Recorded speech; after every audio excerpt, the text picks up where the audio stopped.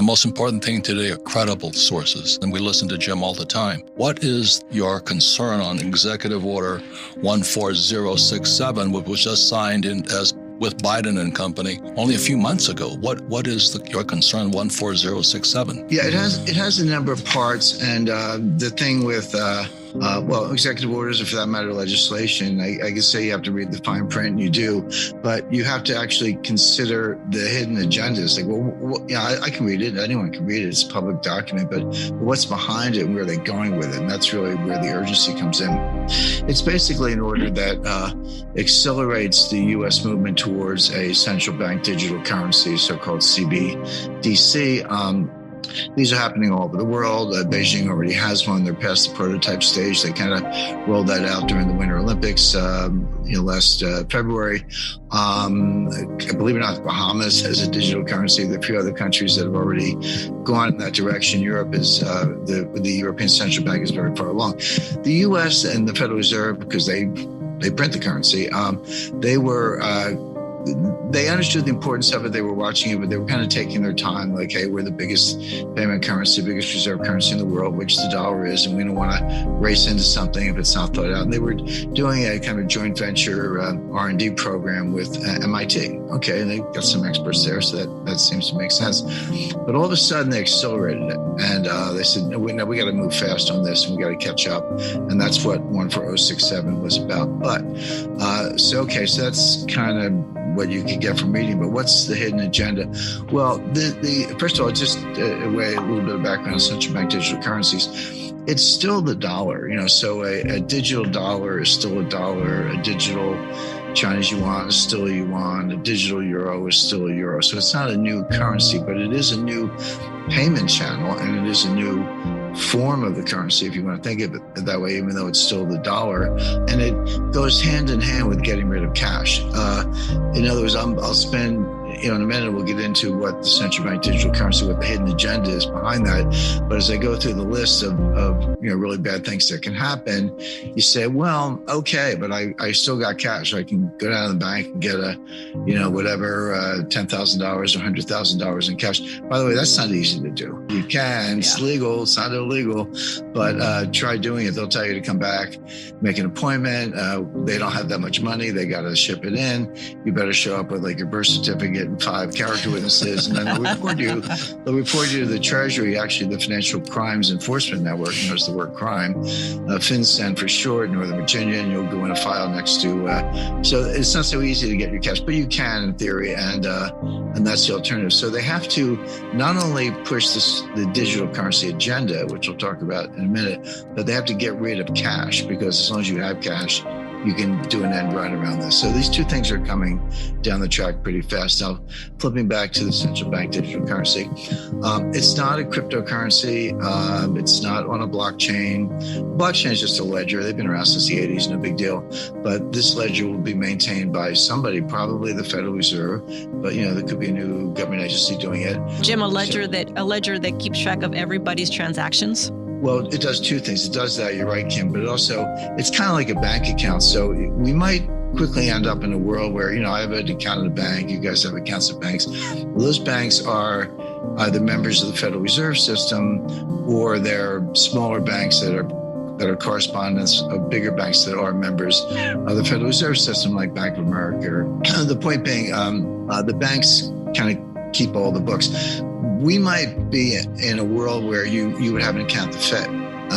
Kim and Robert and I and everyone listening would have an account at the Fed.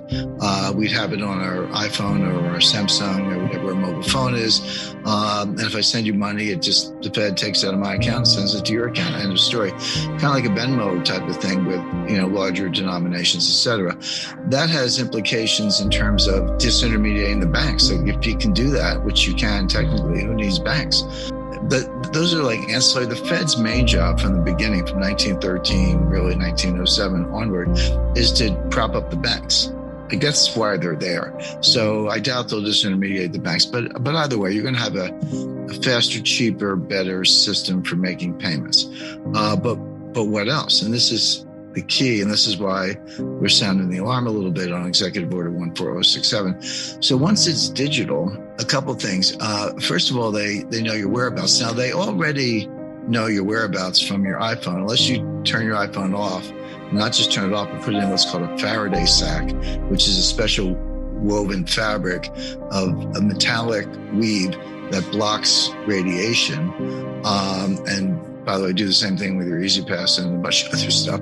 But unless you do that, then they know where you are through your iPhone or your Samsung or whatever. So they already know your whereabouts. We have facial recognition software. People go, I'm going to wear a mask and sunglasses and pull my hat down. Okay. They have what's called gait recognition software, GAIT, meaning how you walk. And it's like a fingerprint. So even if you're wearing a mask, they see you walking down the street. They're like, that's Kim or that's Robert or Jim or as the case may be. So they already know a lot and they know your whereabouts. But now they're going to know what you're buying, right? Because every product has a SKU, a stock keeping code, stock keeping unit code, with a QR scan, digital scan. They're going to know what you're buying. And this digital currency is programmable, meaning they can block certain purchases or not. So let's say you donate money to Elise Stefanik. She's an up-and-coming Republican member of the Republican leadership in upstate district in New York. Or if you donate money to Donald Trump, they'll know that, first of all, and you might find that your account's frozen. Or let's say they want to see right now, if you work and you're an employee, it's a technical term defined, and you get paid and you get a W-2 at the end of the year, but they withhold it from your payment. I really get paid every 2 weeks or whatever. Employer withholds taxes from your wages, and then you get your W-2, file your tax return, you reconcile, and maybe you get a refund, maybe you owe a little bit, but they got the money up front through withholding. But that's not true for independent contractors and professionals, so doctors, lawyers, architects, landscaping store, and anybody who's not W-2 employee doesn't have withholding. They got to pay their taxes. But what if they could just take it out of your bank account? It's like, yeah, okay, you're a doctor, but you put the money in this bank, and I'm just going to take, some number, 20% out of your bank account every month. And we'll send you a statement, 1099, file your tax return. And, you owe or you get a refund, but no more honor system. In other words, no more waiting until year end. We're going to take it out of your bank account. Or what if, as a form of stimulus, even though it's not stimulus, but they'll call it that, but we're going to put a countdown clock on your bank account. And if you don't spend 10% of it in the next 30 days, we're going to deduct, that much. So in other words, use it or lose it.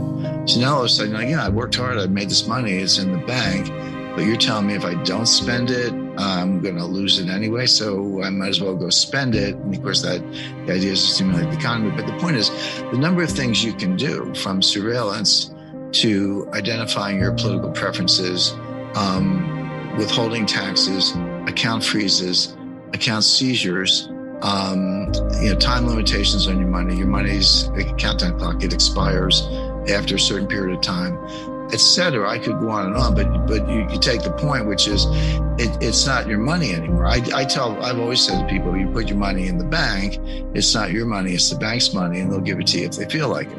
Well, this is that same idea on stilts. And this is like, and now the government's involved, and it's easier, everything easier, faster, cheaper about payments is also easier, faster, cheaper about surveillance, confiscation, account freezes, etc. And then people say to me, I have to explain that what I just said to you guys, and they say, that'll never happen. It's already happening. I mean, it's already here.